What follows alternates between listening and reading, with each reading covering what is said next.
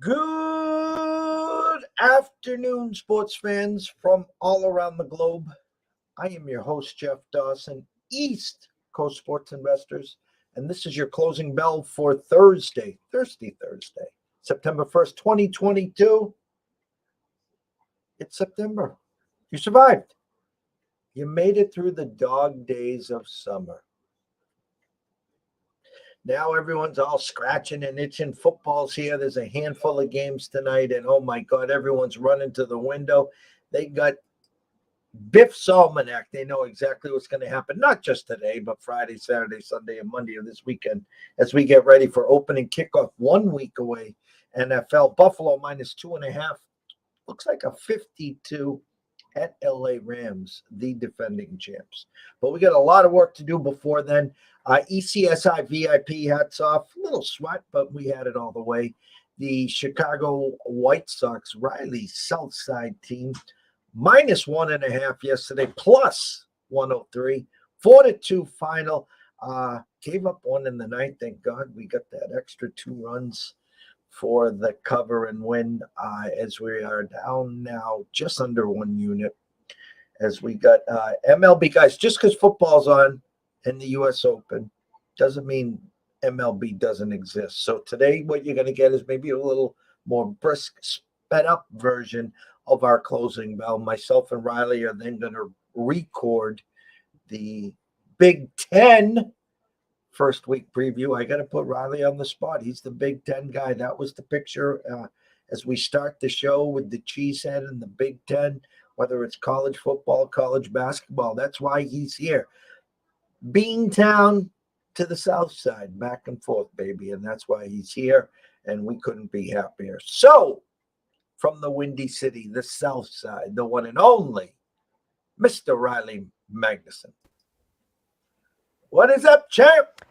Happy Thursday, my friend. I am feeling good. You mentioned it. We've got a lot of college football action going on. I've got my White Sox holding on to a 5-1 lead in front of my face right now. Somehow pulling off a series win, hopefully against the Kansas City Royals that have had our number all season long. But you know what? We're on life support, but obviously if we get a series win, then we're still on life support. You're not planning the funeral just yet. So the Penn State Purdue game tonight is maybe the game I'm most excited for, just from a fan perspective, for the entire weekend.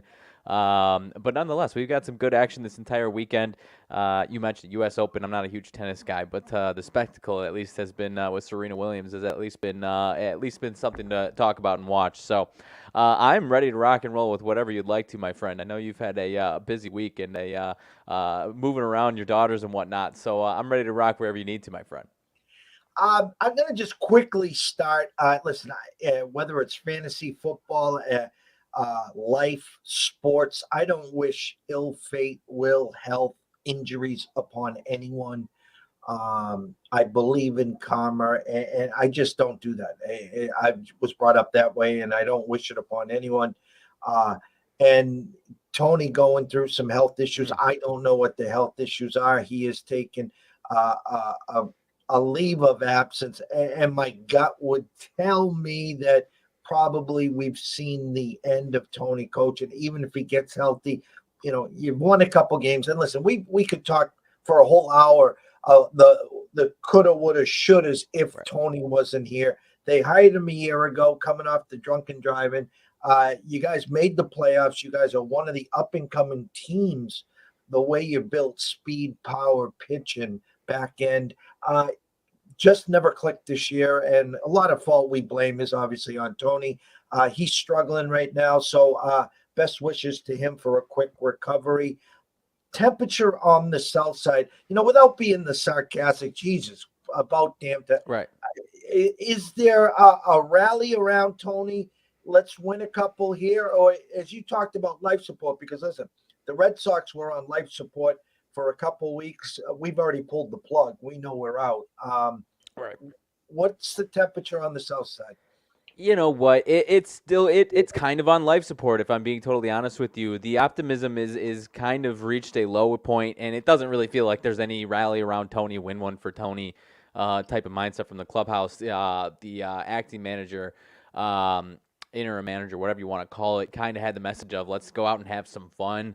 And if that's what you do, that's what you do. Mark DeRosa, who is going to be managing the Team USA, came out and said that's not exactly the message I would send. I would try to send the message of we've been a massive disappointment. This thing still ain't over.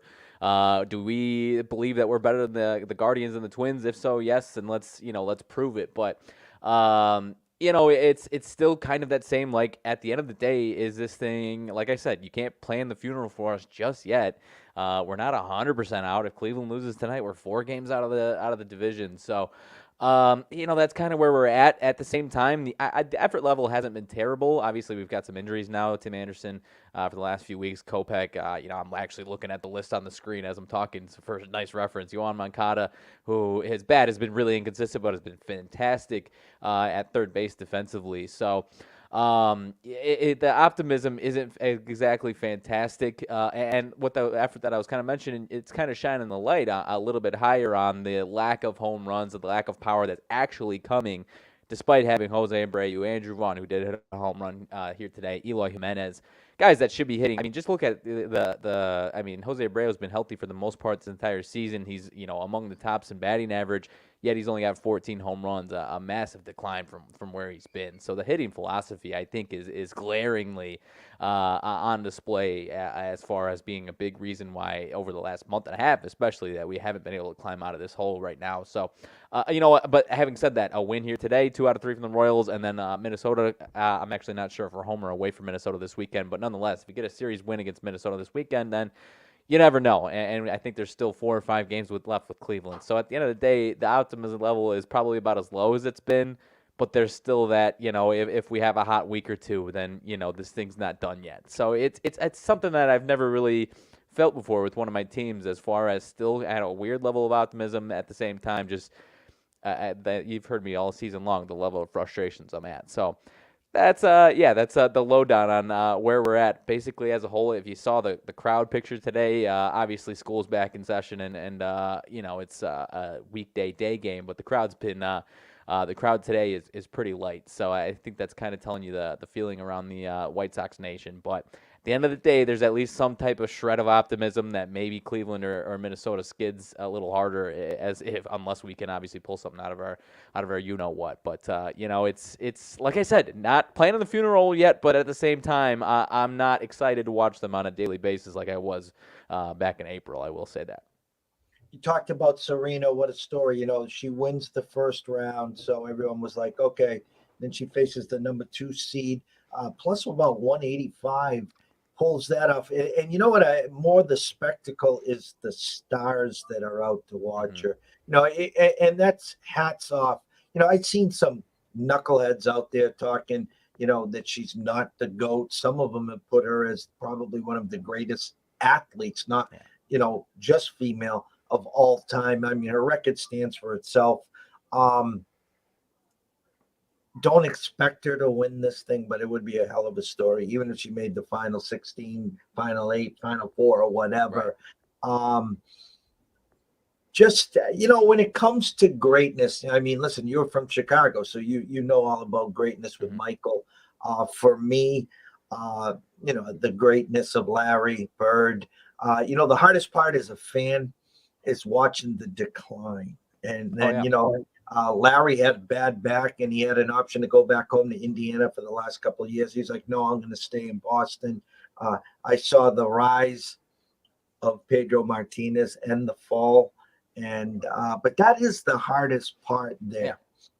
100%. And I mean, you got it makes it even more endearing. You've got someone who obviously not the exact same career circumstances by any means, but Tiger Woods in the stand in her, in her player's box cheering her on. Obviously, kind of a similar level of love, or at least in America, for both of those. Kind of the similar timelines of success and close to the similar level of dominance that we've seen. So yeah, I'm not a tennis guy. I don't claim to really be much of a fan of tennis, but Serena does fall into the category of something that at least makes me stop and pay attention to what the heck's going on. And it's to a level that if she continues going and it continues being a story, then I'm sure myself and a lot of people that don't care much about tennis will probably go out of their way to watch some of these matches that Serena participates in, and obviously kind of paving the way for someone like Coco Gauff, who, a couple years ago when she was 16, I think it was at Wimbledon, getting people that have no interest in tennis like myself, at least stopping and popping it on the TV for an hour or two.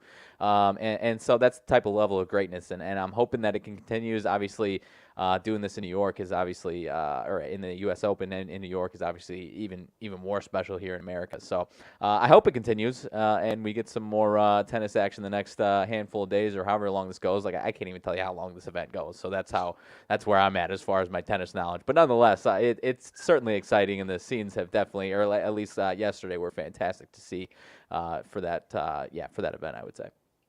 I'll be leaving tomorrow morning from the Cape at 9 a.m. I got a draft at 6 p.m. in New York City, but we drive up to Stamford, Connecticut, park the car there, take the train into Grand Central, get ourselves situated, go draft at 6, go grab some dinner, go some sightseeing down to the Times Square, yada, yada, yada. Yeah. Early bed, early to sleep. We got a draft at 10 a.m. But with this year's draft at 10 a.m., I probably would have tiptoed over to the U.S. Open for the afternoon, early evening. The fact I got to get back because I got to be back in Boston at 4:30 a.m. Sunday morning to go to Vegas, I don't have time to do that. But always wanted to be, it's a great spectacle, and to be a part in the big city to watch it. It is something to watch. Yeah, and I mean, it really just gets that vibe of people leaving work and just wanting to be together and enjoying an awesome atmosphere and enjoying some tennis. So I like I said, I'm not a tennis guy. I don't claim to be a fan, but I would absolutely love it. I don't know if it's quite on my sports bucket list, but it's cracking. It's knocking on the door, I would say. I love those types of atmospheres. So hopefully Serena can keep it rolling, and we've got a few more rounds for her left to go. And I'm going to get to the board in 1 second. I just had to get my 2 cents in on this one. Live Golf. Harold Varner said all the right things. He said that I took the leap because financially it will allow me for the Live Golf to fund a lot of the programs that I'm trying to do for the rest of the community, the golf world, yada, yada, yada. I come on before I get ready for the show, and he's all in a tizzy because he is now the hated guy because he left and jumped ship. I like Harold Varner. He's won me some good monies in the past. You knew the repercussions. You can't bite the apple and then cry wolf here. Right. What you said as far as the response, I'm 100% with you. I was with you as far as saying the only response from these guys that have left that it was like, yep, all right, fantastic job. You understand what we're looking for. You don't need to sugarcoat, or I shouldn't say sugarcoat. You don't need to lie to us and tell us, all these BS reasons. It's what was it, 4 or 5 guys that were decent sized name. Obviously Neiman and Smith as well. Tringali. I'm drawing a blank if there was one other one, but it's going to be interesting. Obviously, the LIV coming to quote unquote Boston, whatever that is this weekend or the following weekend. I don't even remember, but. You're not gonna win any fans over just in general by making the jump, but I think he probably did the closest thing to maybe holding some back by the statement that he did. But we'll see how that goes from here on out and see if he continues those type of words. All right, let's go to the college board. There's 1, 2, 3, 4, 5, 6 games. There's a handful where the spreads are, and the matchups are not intriguing. I do have one on the desk that I really am contemplating. I'll get to that when you get to it. Uh-huh. But the two headliners, obviously, West Virginia and Pitt, the backyard brawl. 7.5. It is now 8 at William Hill and Caesars. I'm seeing an under over basically of 51 there. Penn State Purdue is kind of intriguing to me for this part. It was 3.5. I thought it was going to tiptoe to 4, but actually the juice is heading the other way. Like the next move would be 3. But this is it's down to 53.5. Initially, this was a 28-24 the whole time. Now they're actually, I'm sorry, it's up to 53.5. The total has risen about a point and a half just today. Yeah, no, it's definitely interesting. I've been watching this one a little bit, and I'm interested to see if it does touch 3 or not. Just from a perspective of trying to break down this game, Penn State last year was a team that definitely fell short of expectations for nationally, for their own expectations. So I was a believer in them to some degree last year. I really loved their defense. And I think it's going to be another defense that I really like again this year. And against Purdue here, I think it's a tough matchup for Purdue. So I'm, while -3.5 in these games that I think are close are tough to back sometimes, and obviously is intriguing for the +3.5. I think Penn State is just a bad matchup for Purdue. Their defense against their offense. Purdue loses a few skilled position players on the outside, the wide receiver position. And I really, like I said, I'm really, really high on this Penn State defense. I think they're going to be hell-bent on this entire season being a reason they win games, and obviously know what they have in Purdue's offense here tonight. So I really like Penn State. I think their offense is going to be, tonight and for the season, more consistent than it was last year. I think they'll be able to run the ball in Purdue better than they did Penn State at any point last year. These teams didn't play last year.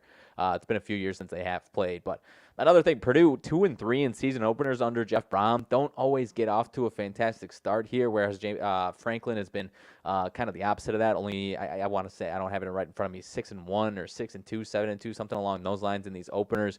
Looking really solid. So I really like Penn State's defense here. I think they make it really tough for Purdue. Last I checked, Purdue was at 24.5 team total. I think, like you said, whether it's 28-24 or maybe 28-21, I do think Purdue stays under that 24.5. And like I said, I think Penn State's offense does enough tonight and throughout the season. There's going to be other points where maybe I don't love the matchup against Penn State, but this is one where I'm believing in Penn State's defense against Purdue here. And, obviously monitoring the line is definitely important in this one as well as the total. So right now I've been leaning towards that Penn State -3.5. And this one being maybe a 7 to 10 point win for Penn State, if you ask me over here. No, I agree. I'm having a hard time. I'm usually a nice home dog team. Initially when I saw this number a few months ago, I thought the number was short. I was like, wow, Penn State's only 3.5. That's going to climb. And then I was really trying to back this Purdue team because I know, everyone's going to say the public's on the favorite, Penn State, and all the sharpened experts are going to come pushing out with their Purdue +3.5 Purdue money line tickets. They're waiting to scream, get the duck boats, get the parades. And could Purdue upset them? 100% they could. Could Purdue lose by 7, 10, 14? 100% they can. Yeah, and I really think like I said, I almost feel confident. I mean, throughout the entire season last year, I bought a lot of stock in this Penn State defense, and I don't feel like I was proven wrong too many times about their defense. It was just their offense letting them down left and right, and obviously there was a lot of games against Wisconsin, Michigan, some of these other stingy defenses. No disrespect to Purdue, I just don't think it's the best matchup here tonight. And I think Penn State, like I said, their running game wasn't very good last year, and I think that changes this year for Penn State. And Sean Clifford, I think, is going to be a little more consistent and actually do a few more things to be a reason they might win this game or any of the games along the line. And I mean, this is one of the bigger ones for either of these teams on the schedule, as far as, like I was talking about the other day, making the claim that they could be, or any of these 6 or 7 teams, that they could be the second best team in the Big Ten behind Ohio State.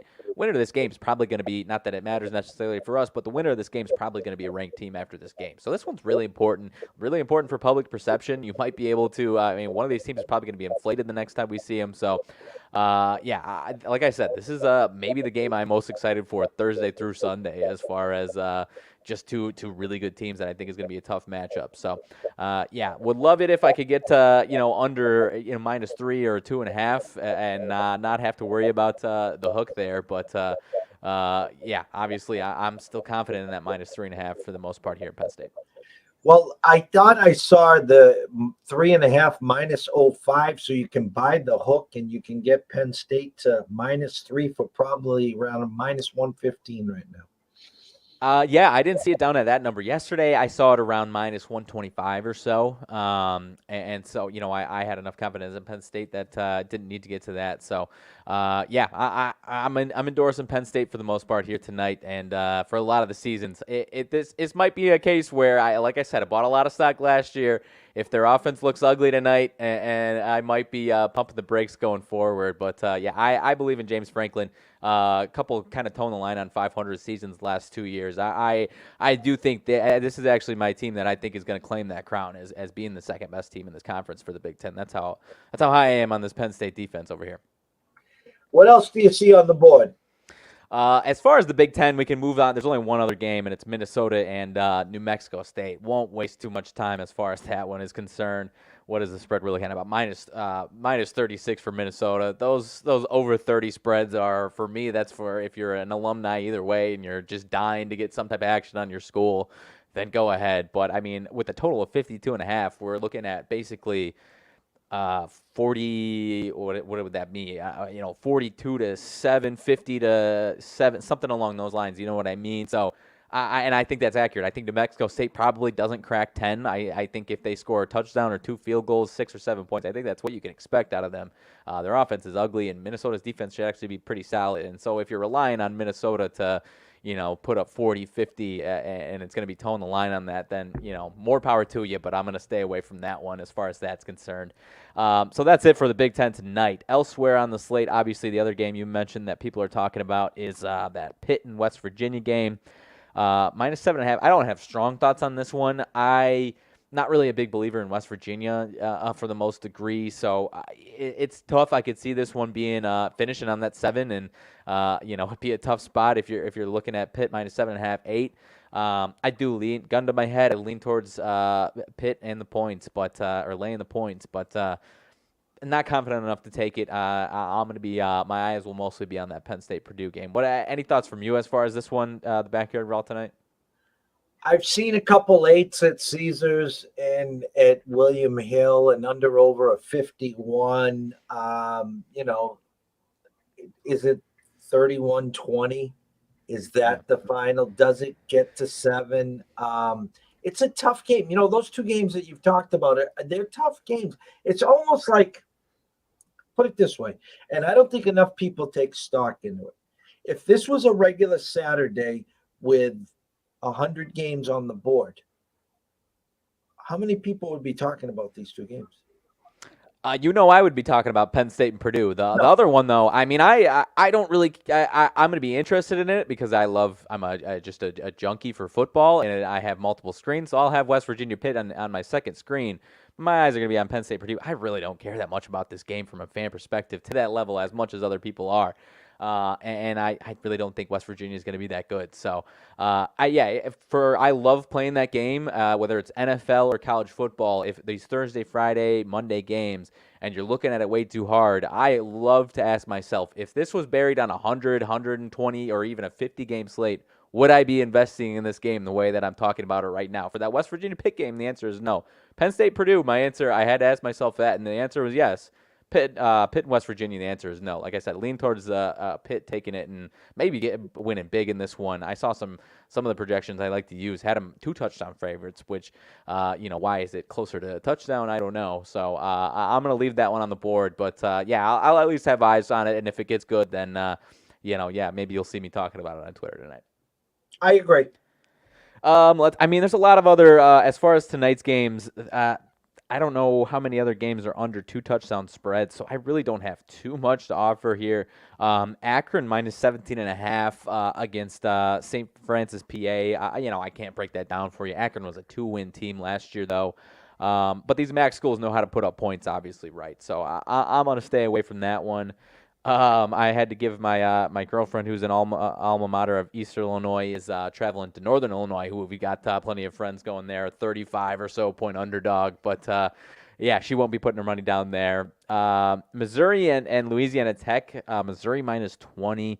Again, tough to call here. That one seems like they're enticing you to Louisiana Tech a little too much for my liking there. I don't love laying 20 points with a team that I don't, I'm not exactly in love with like Mizzou there. But Louisiana Tech, as far as mid-majors go, they were a 3-win team last year. They weren't very good, but a lot of the general public it's a recognizable name to some degree. And when you see 20 points against an SEC team, maybe you're at least interested. So I'm going to stay away from that one, and I guess I would lean towards Missouri. But, yeah, not another one that I would put my money on. Any games that you had interest in talking about? I mean, a lot of these other games are 21 or more spreads here. You're going to call me crazy on this, okay? This Okay. team is 36-point favorites. The under over is 66.5. Their team total is 51, and I like the over 51. Over 51? That's Tennessee. I'm looking at it right now. I mean, when these big teams go and play, I mean, a lot of teams that are even semi-competent mid-major teams, but yeah, when these teams go and play these MAC schools and they play against these MAC deep, I'm with you. That's a big number. I'm not calling you crazy at all. Maybe I get myself involved with it, and that one might be my third TV screen there. But yeah, and that one a little different than that Minnesota case. Minnesota, New Mexico State, as bad as New Mexico State is. You have a decent data size of these, Power 5 teams that are competent, and especially in Tennessee's case, might have some fantastic athletes going up against a MAC defense. I can absolutely see it. I mean, doing my research last week, I don't know if this is a fair comparison or not. Wyoming against Illinois. You look back at Wyoming's schedule last year. 3 of their 5 wins were, and the only offensive performances they had were against 3 MAC schools, and they were putting up 40, 50 points. So I think I'm with you. I'm glad you mentioned that one. You might be you might have me sided over with you to the Volunteers side of thing, and yeah, that one should be a good atmosphere too. Obviously, good atmosphere college football there. So you might have me with you on this Tennessee team total. 50, what is it, 51.5? It's 51. A lot of high expectations. It's and the problem when you do stuff like this is the fact that at halftime they could be 41-0, right? So you're chasing 10 points. Lots of times they call the dogs off, but when you talked about the MAC and Ball State and their defense, Tennessee's third and fourth string guys will still shine here. And Tennessee's, listen, I'm not saying they're going to upset Alabama. I'm not saying that they're going to be, pressing Georgia. They're moving in the right direction. Their offense was pretty damn good last year, and I think they're going to keep it moving forward. Now it's the first game. Anything could happen. Hey, listen, they could sleepwalk here. They could win 35-3 and egg on me. But of everything tonight, and listen, I know Penn State, Purdue. I'm with you with Penn State.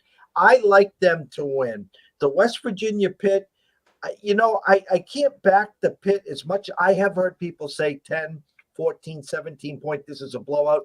B. Howe, Dave Sharapan's good buddy, who's from the area, said they've been looking horrendous at practice. It looks ugly, but who's that? West Virginia?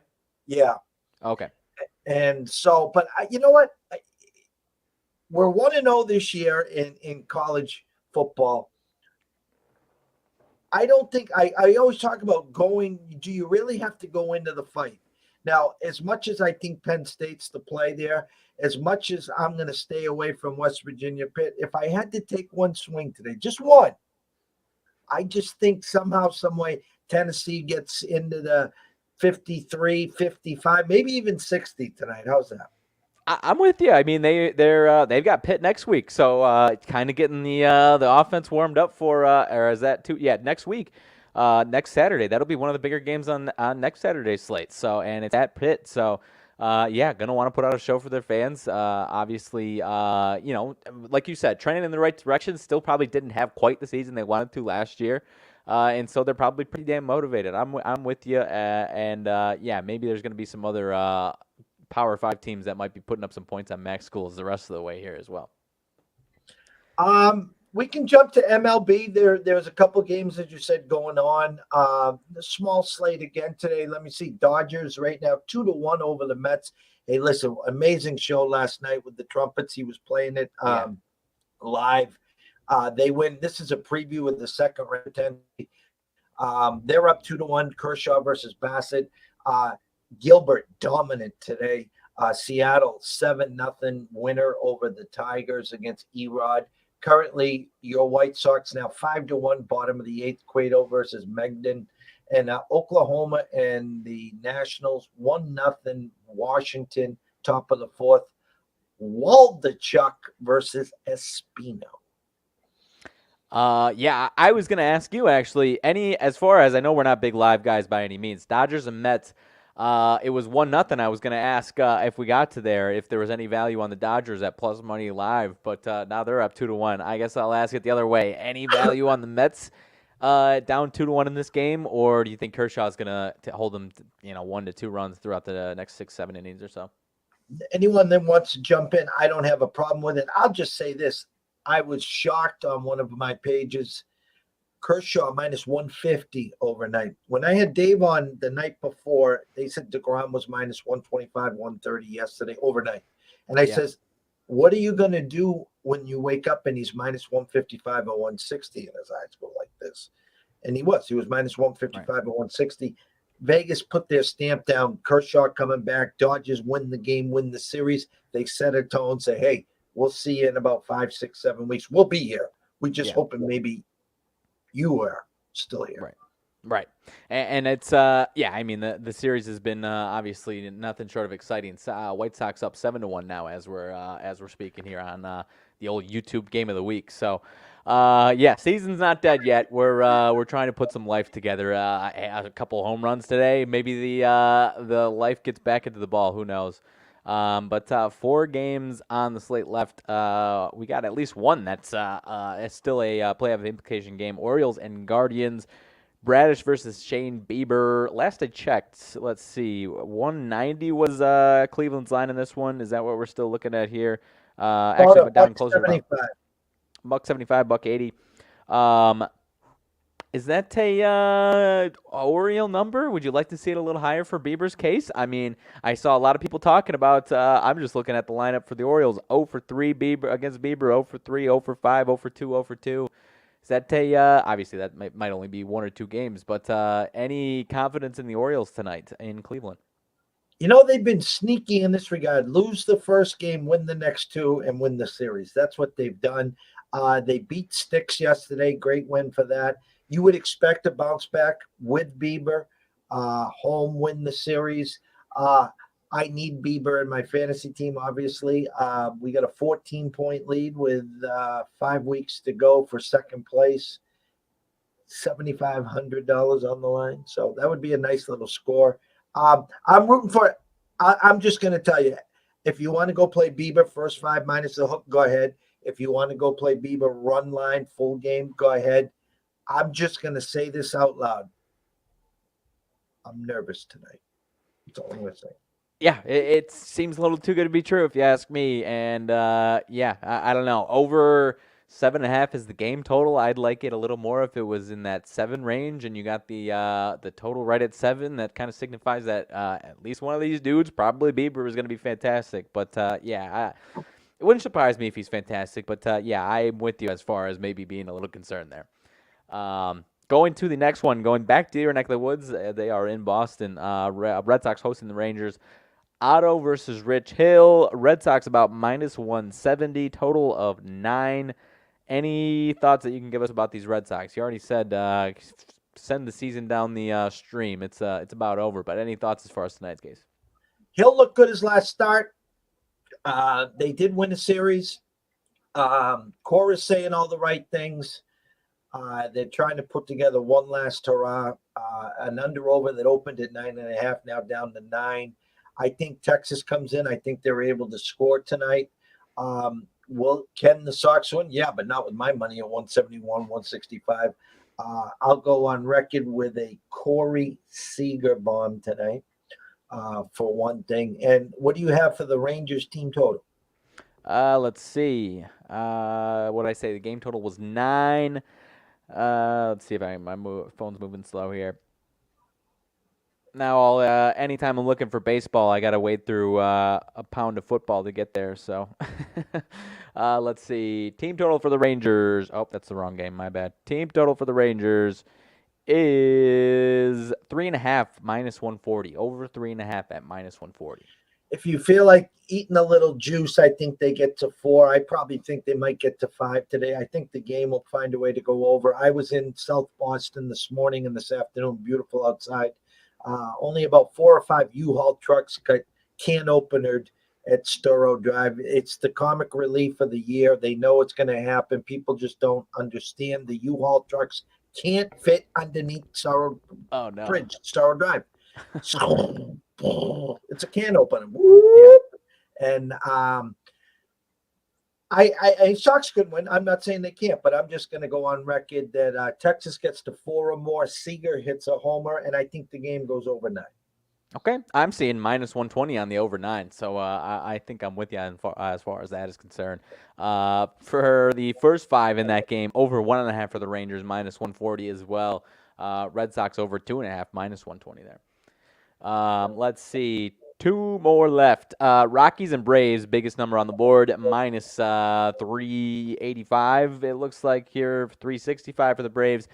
Strider hosting Chad Kuhl for the Rockies. Any way to get into this one? Is this going to be Strider all night long, or are you moving right along from this one? I mean, listen, these games go down. You know, it's like when a couple hockey games late last year with the Avalanche minus 500, and they do happen. But again, I expect Atlanta to win. I expect them to cover the run line. You still can't get into those. Look at Cole went down again last night. I know it was only minus 200, but favorites do lose in baseball, and like they do in any sport. And I'm just going to stay far, far away from it. Yep, I am 100% with you on that one. One more left. It is in Arizona. We've got the Brewers and the D-backs. Diamondbacks just had a win streak a little bit snapped, a little 18-2 loser against the Phillies last night. And the Brewers take 2 out of 3 from Pittsburgh. Minus 135 for the Brewers on the road here. Woodruff and Merrill Kelly. Is this anything enticing to you over here, my friend? This stinks to high heaven. I mean, if this was like in April or May, Woodruff would have been minus 200. It smells to holy hell. Listen, these are the type, though, they play those Jedi mind tricks where you're saying it stinks so much, I'm going to take Arizona, and Woodruff throws a 3-hit shutout, Yeah. So just buyer beware. Yeah. If you've been backing the Brewers, God bless you. It's an Arizona Diamondback number, guys. That's all I'm going to tell you. Right, and I mean, we over the last month or so, we've been seeing some respect towards Woodruff that makes you think the opposite, that he's going to be fantastic, kind of like you're saying, and now it's dropping all the way back down to where it is. So I'm with you as far as something stinks here. Brewers have been winning games, so that's probably going to be enticing to people as well as far as what they've been doing this week. So I am with you. Anything else to add here? Still the 3 games going, not much change there, and then only 4 more left on the board tonight. No, everyone watching and listening, thank you. Without you, there's no ECSI, number 1. Number 2, we will be dark probably the next couple of days. Myself and Riley are going to record the Big Ten Week 1 preview. We're going to get that out tomorrow for everyone to listen to. I personally will be in New York Friday and Saturday. I will come back to the Cape Saturday night just to get back to Boston Sunday morning. I will land in Vegas around 9:45 Sunday morning.